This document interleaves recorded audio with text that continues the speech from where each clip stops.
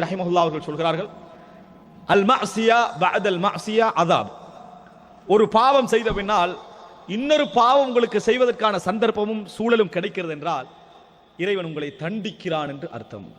இறைவன் உங்களை தண்டிக்கிறான் என்பது அர்த்தம். காரணம், உங்களுக்கு அல்லாஹ் வசதி செய்கிறான், உங்களுக்கு வாசலை திறக்கிறான்.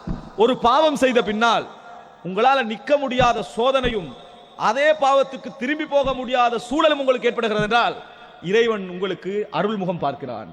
உங்களுக்கு இறைவன் திரும்பி வருவதற்கான அழைப்பை இறைவன் என்ன செய்கிறான், உங்களுக்கு தருகிறான் என்பது அர்த்தம். ஆனால் இன்றைக்கு எங்களுடைய நிலை என்ன?